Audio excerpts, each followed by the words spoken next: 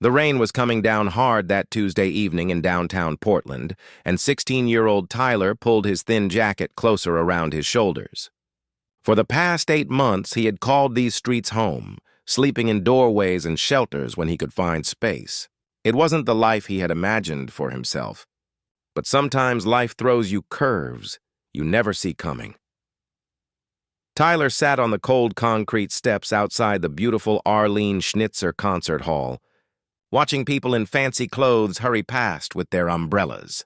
They moved quickly, heads down, focused on getting inside where it was warm and dry. None of them really saw him sitting there. To them, he was just another homeless kid, invisible like so many others on these streets. But Tyler was different in ways they couldn't know. Tucked inside his worn backpack was something precious, a notebook filled with musical notes and compositions. The pages were yellow and wrinkled from months of being carried around, but every mark on those pages told a story. These weren't just random notes. They were pieces of Tyler's soul, written during the long nights when sleep wouldn't come and memories of better times kept flooding back. Tyler used to play piano. Not just play, he lived and breathed music. When he was younger, before everything fell apart, he spent hours every day at the keys. His foster mother back then, Mrs. Peterson, had recognized something special in him. She scraped together money for lessons, even when things were tight. Tyler remembered how his fingers would dance across the keys, creating beautiful sounds that made all his troubles disappear, even if just for a while. But that was before Mrs. Peterson got sick and couldn't take care of him anymore, before he bounced between 3 different foster homes in 6 months, before he turned 18 and the system just let him go. Happy birthday, here's your bag of belongings, good luck out there. That's how it works when you age out of foster care. One day you're a kid someone is supposed to take care of, the next day you're on your own. Tyler often wondered what happened to Mrs. Peterson's old piano. It was nothing fancy, just an upright piano that had seen better days. Some of the keys stuck, and it needed tuning every few months. But to Tyler, it was perfect. It was where he learned that music could heal things that words couldn't touch. It was where he discovered he could take all the pain and confusion inside him and turn it into something beautiful. Now, sitting outside this concert hall every evening, Tyler felt like he was torturing himself. Through the big glass doors, he could see glimpses of the lobby with its fancy chandeliers and well-dressed people. Sometimes, if the doors opened just right, he could hear pieces of music drifting out. It was like catching a scent of your favorite food when you're starving. It made the hunger worse. The irony wasn't lost on him that he spent his evenings outside a place dedicated to music, the one thing he loved most in the world. But those tickets inside cost more than he made in a week from collecting bottles and doing odd jobs. The cheapest seats were still $50, and $50 meant food for several days or a night in a decent shelter when the weather got really bad. Tonight felt different, though. There was more activity than usual inside the lobby. Tyler could see people gathered in groups talking with their hands, looking worried. A security guard walked by, and Tyler caught pieces of their phone conversation. "Can't believe he got sick tonight of all nights." And "sold-out show." And "what are we going to tell all these people?" Tyler knew enough about the music world to understand what was happening. Someone important hadn't shown up, probably the main performer. In the music business, the show must go on, but sometimes the show can't go on without the right person. He'd seen it happen before at school concerts and local venues. A well-dressed woman in her 60s came rushing out of the building, talking rapidly on her phone. Tyler could hear her clearly now. "David, I don't care what it costs. We need to find someone who can play tonight. We have 800 people in there who paid good money for this fundraiser." Fundraiser. Tyler listened more carefully. The woman continued her conversation as she paced near the entrance. "It's for homeless youth services, David. We can't cancel this. These kids depend on programs like this. The irony of canceling a benefit for homeless kids because we can't find a pianist is just—" Tyler's heart started beating faster. A benefit for homeless kids, and they needed a pianist. He looked down at his notebook, then at his hands. It had been so long since he'd played a real piano, but his fingers remembered. In quiet moments, he would practice on imaginary keys, working through pieces in his mind. keeping the music alive even when he couldn't make real sounds. The woman finished her call and leaned against the wall, looking defeated. Tyler had seen that expression before, on social workers, teachers, and other adults who tried to help but ran into walls they couldn't climb over. He knew she was probably a good person, fighting for kids like him. More people came out of the building, all looking stressed. Tyler caught more pieces of conversation. The pianist came down with food poisoning. And no understudies for something like this. And maybe we should just have someone read poetry or something. Tyler almost laughed at that last suggestion. Poetry instead of piano music? He pulled his notebook closer and opened it to a page he'd written just last week. It was a piece about rain, about how it could make you feel lonely or peaceful, depending on whether you had somewhere warm to be. He'd called it Tuesday's Rain because it was written on a Tuesday night just like this one. As he sat there, watching these well-meaning people struggle to save their event, Tyler found himself humming quietly. It was Bach, an invention he'd learned years ago. The melody was complex, weaving in and out of itself like a conversation between old friends.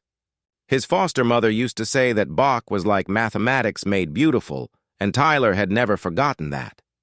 The humming helped calm his nerves, but it also reminded him how much he missed playing. His fingers moved slightly against his leg, following the melody only he could hear. For a moment, he forgot where he was and just let the music exist in his mind, pure and perfect. A gust of wind blew rain under the overhang where he was sitting, snapping him back to reality. He was still just a homeless kid sitting outside a concert hall, and they were still rich people with a problem he couldn't solve. That's how the world worked. People like him didn't get to save the day for people like them. But as Tyler sat there watching the chaos unfold and listening to his own music in his head, a crazy thought started forming. What if he could help? What if this was more than just coincidence? What if Mrs. Peterson had been right when she used to tell him that music had the power to change everything? Tyler looked at his reflection in the glass doors and saw a skinny kid with messy hair and clothes that had seen better days. But inside that reflection, he also saw someone who understood music in ways that most people never would. Someone who had turned pain into melodies and loneliness into harmonies. The question was, did he have the courage to do something about it? The rain was getting heavier now, and Tyler could feel water starting to seep through his jacket. He was about to get up and find better shelter when he noticed the older woman from earlier walking toward him. She had kind eyes and silver hair pulled back in a neat bun. Unlike most people who walked past him every day, she actually looked at him. Really looked at him. "Honey, you're getting soaked out here," she said, her voice warm and concerned. "Why don't you come inside for a few minutes?" "I can get you some hot coffee." Tyler tensed up immediately. This was usually how trouble started. Someone would offer help? Then there would be questions, maybe a call to social services, maybe worse. He'd learned to be careful about adults who seemed too friendly too fast. "I'm okay," he said quietly, pulling his backpack closer. "I was just leaving anyway." But the woman didn't give up. "I'm Mrs. Chen," she said, sitting down on the step next to him, completely ignoring the fact that she was getting her expensive coat wet. "I work here at the concert hall. I've seen you sitting out here before?" Tyler was surprised. She'd noticed him. Most people looked right through him like he was invisible. He studied her face, trying to figure out what her angle was.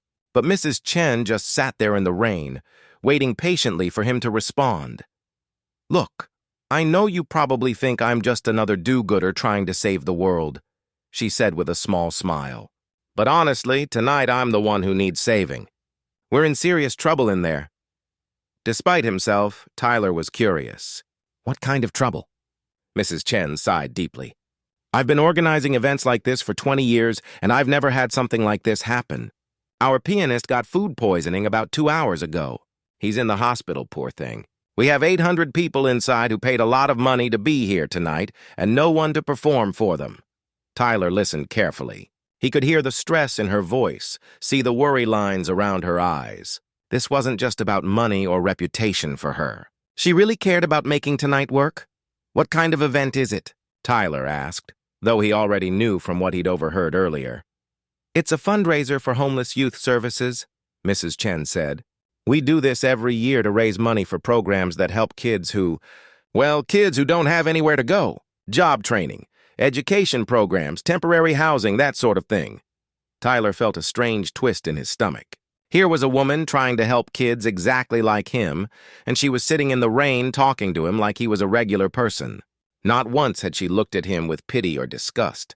She just seemed real. "I'm sorry your pianist got sick," Tyler said honestly. "That really sucks," Mrs. Chen laughed, a genuine sound that made Tyler smile despite everything. "You know what? You're the first person who said that to me tonight. Everyone else is just focused on finding a solution. Sometimes it's nice when someone just acknowledges that the situation sucks." They sat in comfortable silence for a moment, both watching the rain create tiny rivers in the street. Tyler found himself humming again, the same Bach piece from earlier. It was a habit he'd developed over the months.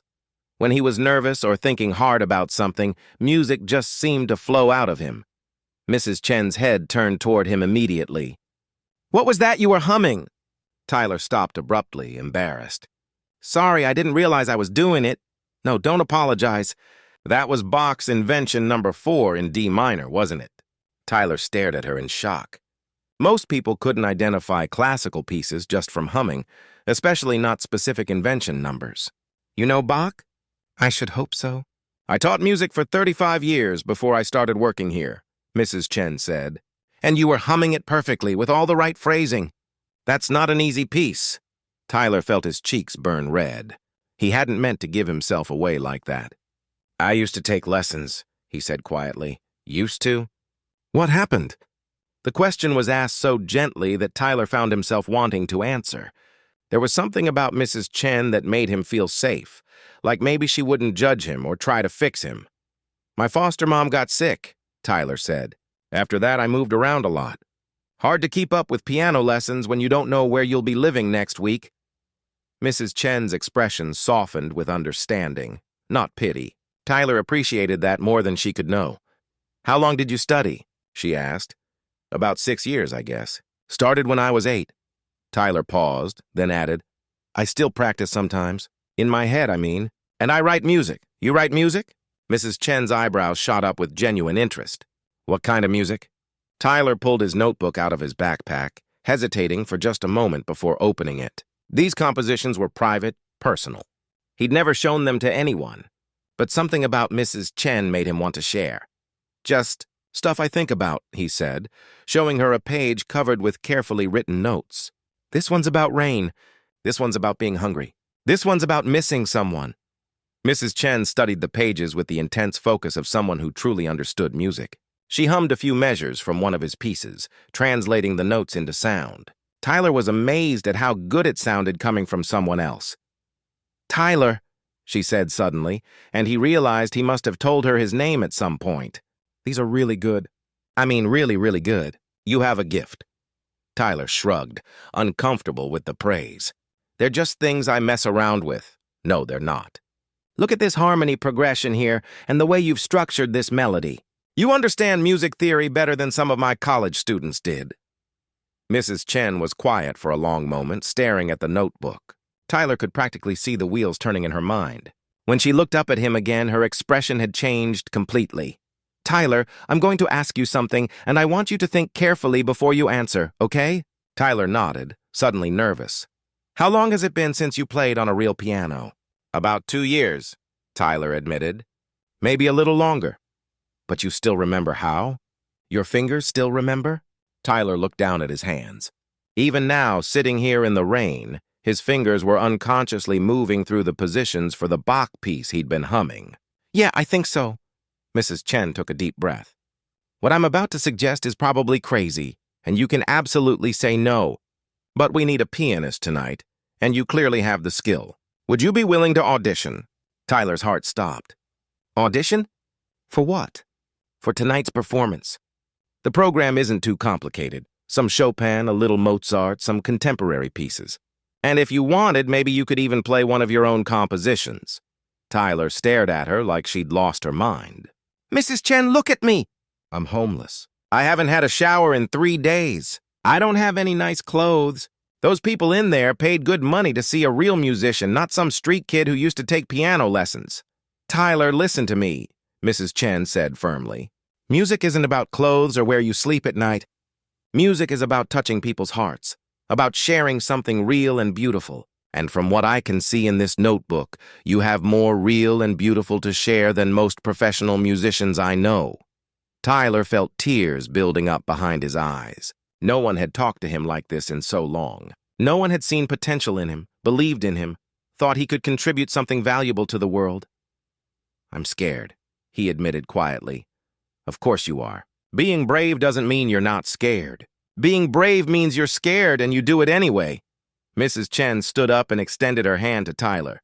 Come inside with me. Let's get you warmed up, get some food in you, and then you can try playing for a few people. If it doesn't work out, no harm done. But if it does work out, well, maybe tonight becomes the night that changes everything. Tyler looked at her outstretched hand, then at the warm lights of the concert hall behind her. Inside those doors was either the biggest opportunity of his life or the most humiliating disaster he could imagine. Maybe both. But Mrs. Chen was right about one thing.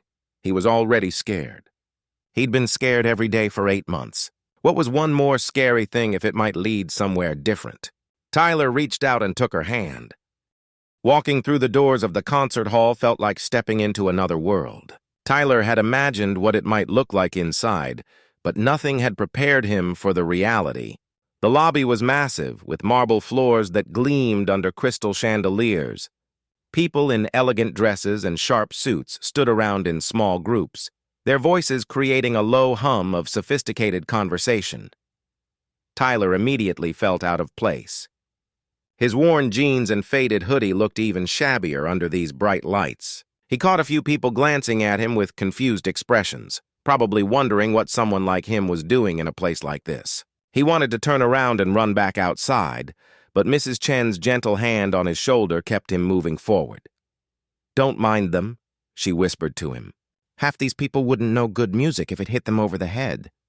The ones who matter will judge you by what you can do, not what you're wearing. She led him through the lobby toward a side door marked Staff Only. Tyler's heart was pounding so hard he was sure everyone could hear it. His palms were sweaty and he kept wiping them on his jeans. What was he thinking? This was insane. He was about to make a fool of himself in front of people who probably donated more money in a day than he'd seen in his entire life. Mrs. Chen, he said, stopping suddenly. I can't do this. This is crazy. I don't belong here. She turned to face him, her expression calm and understanding. Tyler, do you know what I see when I look at you? Tyler shrugged. A homeless kid who's about to embarrass himself? I see someone who has survived things that would break most people. I see someone who kept music alive in his heart, even when he had every reason to give up. I see someone brave enough to trust a stranger and walk through those doors. She paused and smiled. And I see someone who's about to remind a bunch of fancy people what real music sounds like. Before Tyler could respond, Mrs. Chen opened the staff door and led him down a carpeted hallway lined with photos of famous musicians who had performed here over the years. Tyler recognized some of the faces, pianists he'd admired when he was younger. Back when he dreamed of maybe playing on stages like this someday, they stopped at a door labeled Practice Room 3. Mrs. Chen knocked, then opened it without waiting for an answer. Inside, Tyler saw 4 people sitting on folding chairs looking stressed and tired. When they saw Tyler, their expressions shifted to confusion. Everyone, this is Tyler, Mrs. Chen announced. Tyler, meet the emergency committee. We've been trying to figure out what to do about tonight. A tall man in a tuxedo looked Tyler up and down skeptically. Mrs. Chen, I'm not sure what you're thinking, but we need a professional pianist, not Mr. Davidson, please. Mrs. Chen interrupted firmly. Tyler is a musician. He's been studying and composing for years. I think we should at least hear what he can do before we make any judgments. Tyler wanted to disappear. The way these people were looking at him made him feel like a bug under a microscope. He started to back toward the door, but then he saw something that stopped him cold. In the corner of the room sat a beautiful black grand piano. Tyler had seen pictures of pianos like this in magazines. But he'd never been this close to one in real life. The lid was open, revealing the strings inside. The keys looked perfect, bright white and deep black, arranged in the familiar pattern that had been like a second language to him once upon a time. Almost without thinking, Tyler took a step toward the piano. Then another. The conversation in the room faded into background noise as he approached the instrument. It was like seeing an old friend after years of separation. "It's a Steinway," said a woman with short gray hair. "One of our finest instruments." Tyler nodded, not trusting himself to speak. He reached out slowly and touched one of the keys, middle C. The sound that came out was pure and perfect, richer than any piano he'd ever played. It seemed to hang in the air for a long moment before fading away. "Tyler," Mrs. Chen said gently, "would you like to try playing something?" Tyler looked around the room at the faces watching him. Some still looked skeptical, but others seemed curious now. Mrs. Chen was smiling encouragingly. His notebook felt heavy in his backpack, full of music that had never been heard by anyone except him. I'm not sure I remember how," Tyler said quietly. "It's like riding a bicycle," Mrs. Chen said. "Your fingers remember, even when your mind doesn't trust them." Tyler pulled out the piano bench and sat down. The height was perfect, better than any piano he'd ever played. He placed his hands on the keys in the starting position, fingers curved the way Mrs. Peterson had taught him years ago. For a moment, he just sat there, feeling the smooth coolness of the keys under his fingertips. Then, almost without deciding to, he began to play. He started with something simple, a scale in C major, just to feel the touch of the keys. But even that sounded beautiful on this piano. The notes were clear and resonant, each one distinct but flowing smoothly into the next. Tyler could feel his muscle memory kicking in, his fingers remembering movements they'd practiced thousands of times. Encouraged, he moved into a piece he'd learned early in his lessons, Für Elise by Beethoven. It was probably the most famous piano piece in the world, something almost every piano student learned. But as Tyler played it, something magical happened. All the pain and loneliness of the past 2 years poured into the music. The familiar melody became something deeper, more emotional, like he was telling his own story through Beethoven's notes. The room had gone completely silent. Tyler was so focused on the music that he forgot anyone else was there. His fingers moved with increasing confidence across the keys, rediscovering the joy he'd thought was lost forever. When he finished Für Elise, he immediately began another piece, Chopin's Minute Waltz, one of his favorites from his lesson days. This piece was much more technically challenging, requiring quick, precise movements and careful attention to rhythm. Tyler had been worried that 2 years without practice would make his technique sloppy, but somehow his fingers knew exactly what to do. The music flowed out of him like water, natural and effortless. When he finished the Chopin, Tyler finally looked up at his audience. The skeptical expressions had completely disappeared. Mr. Davidson was staring at him with his mouth slightly open. The woman with gray hair had tears in her eyes. Mrs. Chen was beaming like a proud parent. That was... Mr. Davidson started, then stopped, seeming unable to find words. "That was extraordinary," the gray-haired woman finished. "Son, where did you study?" Tyler felt his cheeks burning. "Just local teachers. Nothing special." "Nothing special?" another committee member said. "Young man, I've heard professional pianists who couldn't play Chopin with that much feeling." Mrs. Chen stepped forward. "Tyler also composes his own music. Would you be willing to play one of your pieces for us?" Tyler's heart raced again.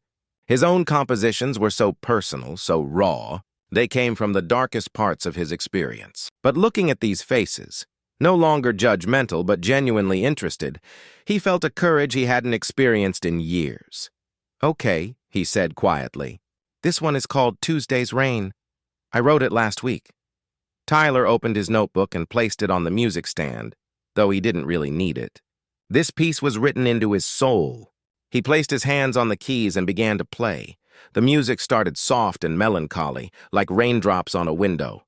But as it progressed, it became more complex, telling the story of someone finding beauty even in cold, lonely moments. There were sections that sounded like wind and thunder, and other parts that felt like sunlight breaking through clouds. Tyler had written it thinking about sitting on those steps every night, watching people rush by, feeling invisible but still finding reasons to hope. As he played, Tyler lost himself completely in the music. This wasn't just a performance. It was like opening his heart and letting everyone see inside. Every emotion he'd kept buried for months came pouring out through his fingertips. The pain of being alone, the fear of having no future, but also the stubborn hope that somehow things could get better. When the last note faded away, the room was absolutely silent for what felt like forever. Then suddenly everyone was talking at once. Incredible. Where has this talent been hiding? We have to let him perform tonight. This could change everything. Tyler sat at the piano bench, overwhelmed by the response. These people, these important, successful people, thought his music was good. More than good. They thought it was worth sharing with hundreds of other people. Mrs. Chen walked over and put her hand on his shoulder. Tyler, how would you feel about performing for our audience tonight? Tyler looked up at her, then at the other faces in the room, all looking at him with respect and excitement instead of pity or dismissal. For the first time in 2 years, someone was seeing him not as a problem to be solved or a person to be pitied, but as someone with something valuable to offer the world. I'm terrified, Tyler said honestly. But, yeah, I want to try. The room erupted in relieved cheers and excited chatter about changing the program and getting Tyler ready for the performance. But Tyler barely heard any of it. He was staring at his hands, the same hands that had been cold and empty for so long, and realizing they might be about to change his entire life.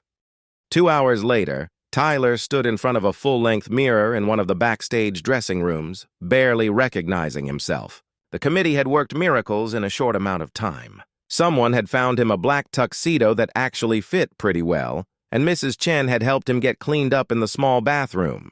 His hair was combed neatly, and for the first time in months he looked like a regular teenager instead of a street kid.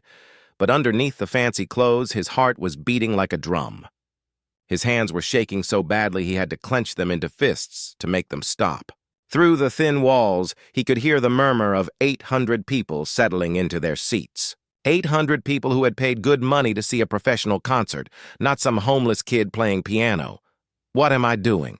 Tyler whispered to his reflection. This is insane. There was a gentle knock on the door. Tyler? It's Mrs. Chen. Can I come in?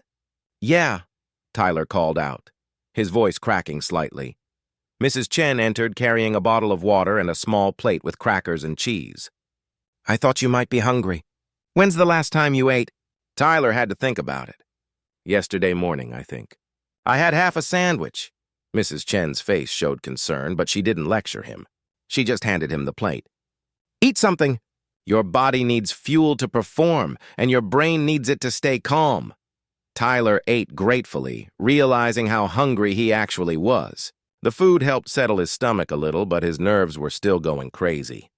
Mrs. Chen, he said between bites, what if I mess up out there? What if I forget the pieces, or my hands freeze up, or I just completely embarrass myself? Mrs. Chen sat down next to him on the small couch. Tyler, let me tell you something.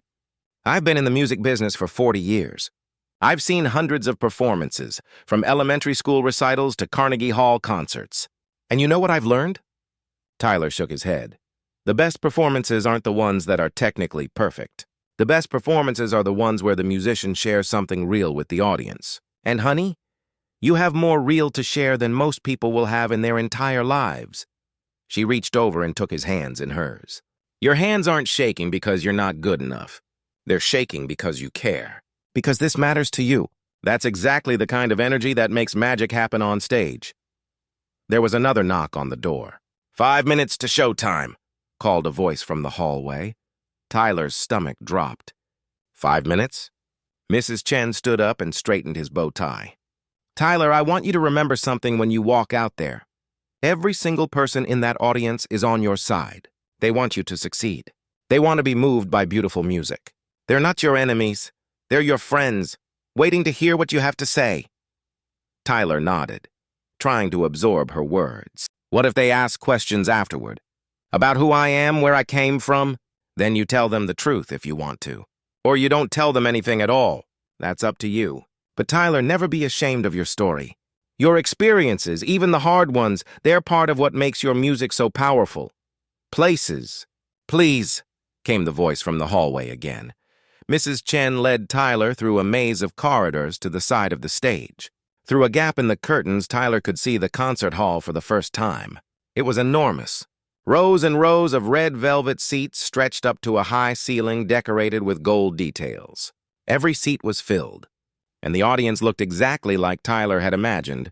Well-dressed, sophisticated, the kind of people who knew the difference between good music and great music. At center stage sat the most beautiful piano Tyler had ever seen. It was even bigger than the one in the practice room, a concert grand that gleamed under the stage lights. The lid was open, showing the intricate arrangement of strings inside. It looked like an instrument meant for the best musicians in the world, not for a homeless teenager who learned to play in someone's living room. "Ladies and gentlemen," came a voice from the stage. Tyler saw Mr. Davidson walking to a microphone at the front. "Thank you all for being here tonight for our annual fundraiser supporting homeless youth services in our community." The audience applauded politely. Tyler's palms were sweating now. Tonight's program will feature some wonderful classical pieces. But I have to tell you, we've had a change in our lineup that I think you'll find very special. Mr. Davidson paused, looking toward the wings where Tyler was standing. Our original pianist was unable to perform due to illness, but sometimes the best things happen when we least expect them. Tyler felt Mrs. Chen's hand squeeze his shoulder encouragingly. "Tonight, you'll be hearing music from a young artist who embodies exactly what this fundraiser is all about. The incredible potential that exists in every young person, regardless of their circumstances." "Please welcome Tyler." The audience applauded as Tyler walked onto the stage. The lights were so bright he couldn't really see individual faces, which was probably a good thing. His legs felt shaky, but somehow he made it to the piano bench without falling down. As he sat down and adjusted the bench height, the concert hall fell completely silent. Tyler could practically feel 800 pairs of eyes focused on him. His heart was pounding so loud he was sure the microphones would pick it up. He placed his hands on the keys and took a deep breath. For a moment, he just sat there, feeling the weight of the moment. This was it. This was his chance to show the world that he was more than just a homeless kid, that he had something valuable to offer, that his life mattered. Tyler began with Chopin's Nocturne in E-flat major, one of the most beautiful pieces ever written.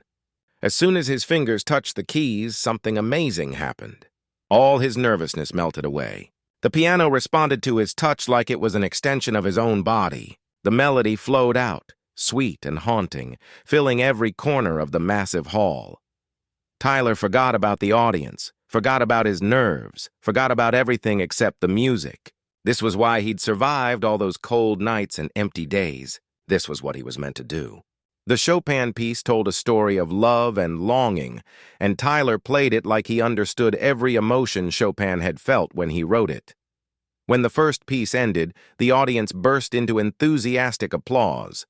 Tyler could hear appreciation in the sound, not just politeness.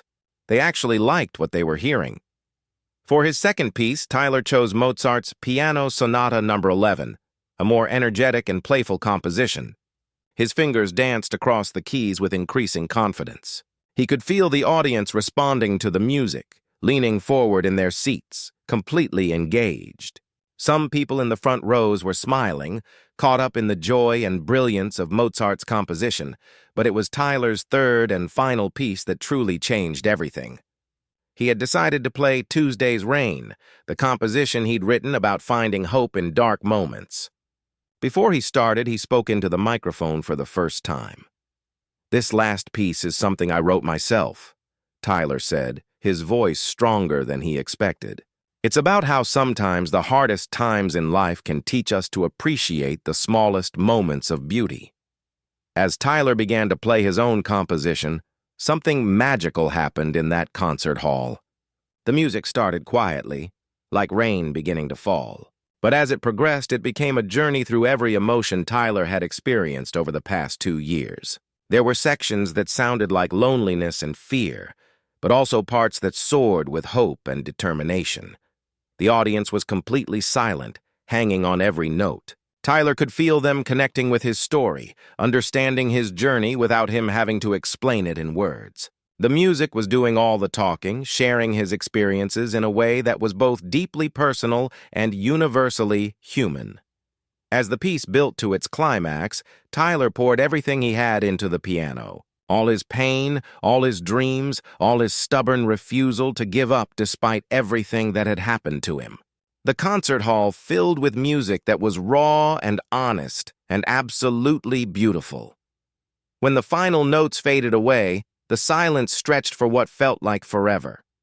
Tyler looked up from the keys, suddenly aware again of where he was and what he'd just done. Had he played well? Had the audience understood what he was trying to say? Then the applause started. Not polite concert hall clapping, but real, enthusiastic, emotional applause. People were standing up. First a few, then dozens, then the entire audience was on their feet, clapping and cheering like Tyler had just given the performance of a lifetime. Tyler stood up from the piano bench, overwhelmed by the response. Some people in the audience were wiping tears from their eyes. Others were whistling and shouting, "Bravo!" The applause went on, showing no signs of stopping. As Tyler took his bow, he caught sight of Mrs. Chen standing in the wings, tears streaming down her face and the biggest smile he'd ever seen.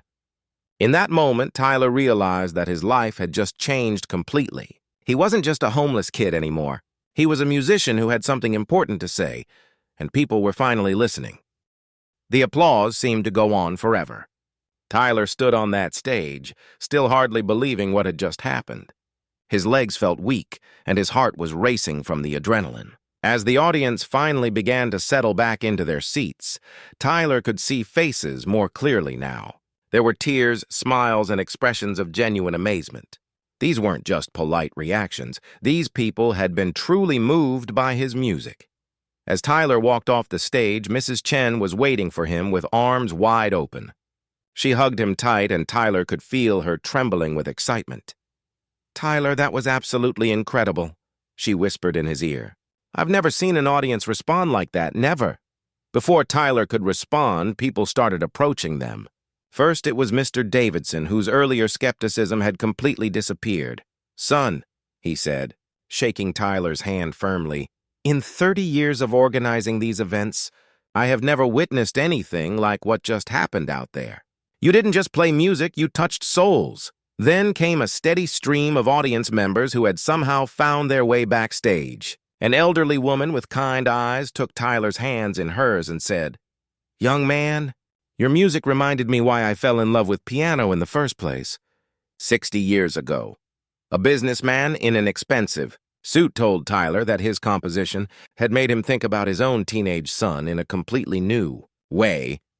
But it was a conversation with a middle-aged man in a simple black suit that would change Tyler's life forever." "Tyler," the man said, introducing himself with a warm handshake. "My name is Dr. Rodriguez. I'm a music professor at Portland State University. Could we talk for a few minutes?" Tyler nodded, still overwhelmed by everything that was happening. Dr. Rodriguez led him to a quiet corner of the backstage area. "Tyler, I need you to understand something," Dr. Rodriguez said seriously. "What you did out there tonight, that wasn't just a good performance by a talented amateur. That was the work of someone with genuine musical genius. Your composition, especially, showed a level of sophistication and emotional depth that I rarely see even in my graduate students." Tyler didn't know what to say. People had been telling him he was good all evening, but this felt different. This was a real music professor, someone who knew what he was talking about. "I'm going to be direct with you," Dr. Rodriguez continued. "You need proper musical education. Not just lessons, but real comprehensive training. And I'd like to help make that happen." "I can't afford college," Tyler said quietly. "I can barely afford food most days," Dr. Rodriguez smiled. "Tyler, students like you are exactly why scholarship programs exist. Your talent combined with your life experience creates something truly special. I want to help you apply for a full scholarship to our music program." Tyler's head was spinning. "A full scholarship? To a real university?" It seemed too good to be true. But, Dr. Rodriguez said gently, first we need to get you stable housing and support services. Talent means nothing if you're worried about where you'll sleep tonight. Mrs. Chen, who had been listening nearby, stepped forward. Actually, Dr. Rodriguez, I think I might have some ideas about that. Over the next hour, as the concert hall slowly emptied and the evening wound down, Tyler found himself in the middle of conversations that felt like they were planning someone else's life. Mrs. Chen knew people who ran transitional housing programs for young adults. Dr. Rodriguez was already making calls to the scholarship committee. Other audience members were offering everything from temporary jobs to mentorship opportunities. This is all happening so fast, Tyler said to Mrs. Chen when they finally had a quiet moment together. This morning I was just trying to figure out where I was going to sleep tonight. Now people are talking about college and scholarships and futures I never thought I could have. Mrs. Chen smiled and put her arm around his shoulders.